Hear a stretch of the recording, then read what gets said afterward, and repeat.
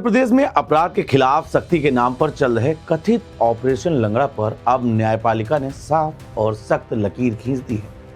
Allahabad high court की टिप्पणी ने न सिर्फ पुलिस महकमे की कार्यशैली पर सवाल खड़े किए, बल्कि सरकार की कानून व्यवस्था की नीति को भी कटघरे में ला खड़ा किया है।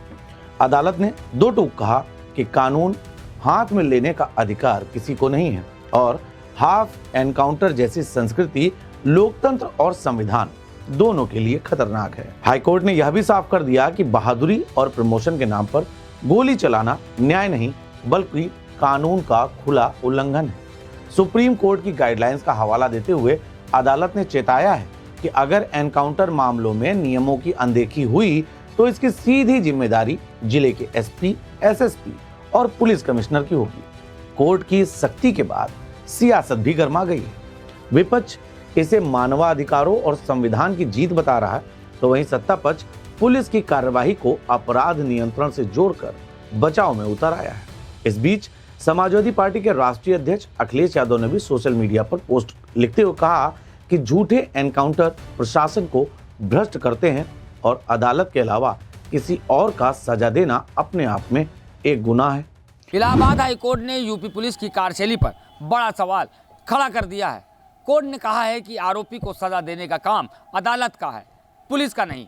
ऑपरेशन लंगड़ा के नाम पर हो रही फायरिंग को अदालत ने कानून के खिलाफ बताया है और चेतावनी दी है कि गाइडलाइन का उल्लंघन करने पर एसपी, एसएसपी और साथ ही पुलिस कमिश्नर तक जिम्मेदार माने जाएंगे। सरकार माननीय न्यायालय का सम्मान करती है और जो भी टिप्पणी माननीय उच्च न्यायालय ने किया है सरकार निश्चित रूप से उस पर गौर करेगी।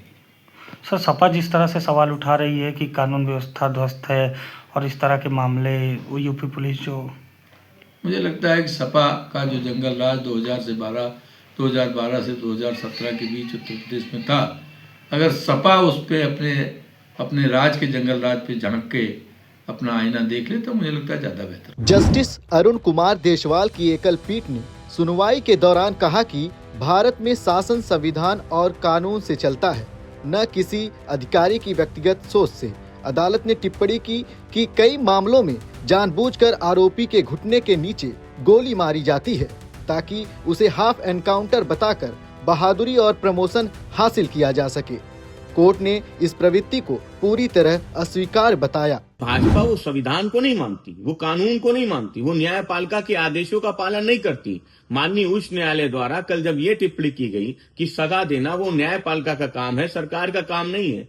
माननीय न्यायपालिका वो हाफ इनकाउंटर और इनकाउंटर को लेके, बढ़ती घटनाओं को लेके नाखुश थे।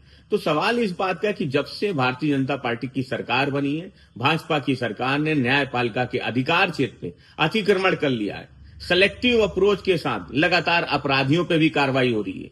जो अपराधी है उसको सजा देने का काम न्यायपालिका का है, लेकिन कौन दोषी है, कौन निर्दोष है, किसको सजा दी जाएगी, किसको इनाम दिया जाएगा, ये सरकार तय करेगी, ये विचारधारा तय करेगी, ये व्यक्ति को देख के तय किया जाएगा। तो माननीय न्यायपालिका का कल का आदेश आया, समाजवादी पार्टी माननीय न्यायपालिका के आदेश का स्वागत करती है। भारतीय जनता पार्टी को संविधान का, कानून का, न्यायपालिका का सम्मान करना चाहिए। हाईकोर्ट ने सुप्रीम कोर्ट के पीयूसीएल बना महाराष्ट्र फैसले का हवाला देते हुए कहा कि एनकाउंटर मामलों को लेकर स्पष्ट गाइडलाइंस मौजूद हैं, लेकिन उत्तर प्रदेश में उनका पालन नहीं हो रहा।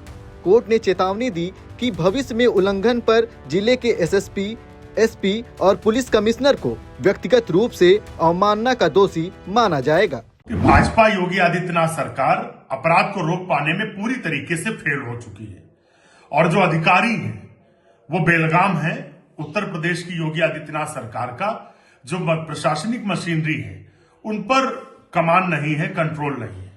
अपराधी बेलगाम घूर रहे हैं क्योंकि सरकार धर्म और जाति देखकर कार्रवाई कर रही है। तो ऐसे में जो पुलिस अधिकारी हैं वो सरकार अपनी नाकामी छिपाने के लिए जो निर्दोष लोग हैं उनको निशाना बना रही है। माननीय उच्च न्यायालय की जो टिप्पणी है, हाईकोर्ट ने जो फटकार उत्तर प्रदेश सरकार को लगाई है वो बहुत ही चिंताजनक है। हाईकोर्ट की सख्त टिप्पणी के बाद अब सवाल ये उठता है कि यूपी पुलिस की कार्यवाही के तरीके में बदलाव होगा या फिर ऑपरेशन लंगड़ा को लेकर विवाद और गहराएगा। फिलहाल कोर्ट का साफ संदेश है, कानून से ऊपर कोई नहीं। इस पूरे मामले के बाद एक सवाल उठा है, क्या हाईकोर्ट की चेतावनी के बाद यूपी में एनकाउंटर नीति पर पुनर्विचार होगा या फिर यह सख्ती भी फाइलों में दबकर रह जाएगी? जवाब अब सरकार और पुलिस प्रशासन को देना है, लेकिन इस पर राजनीतिक प्रतिक्रियाएं भी खूब ज्यादा आ रही हैं।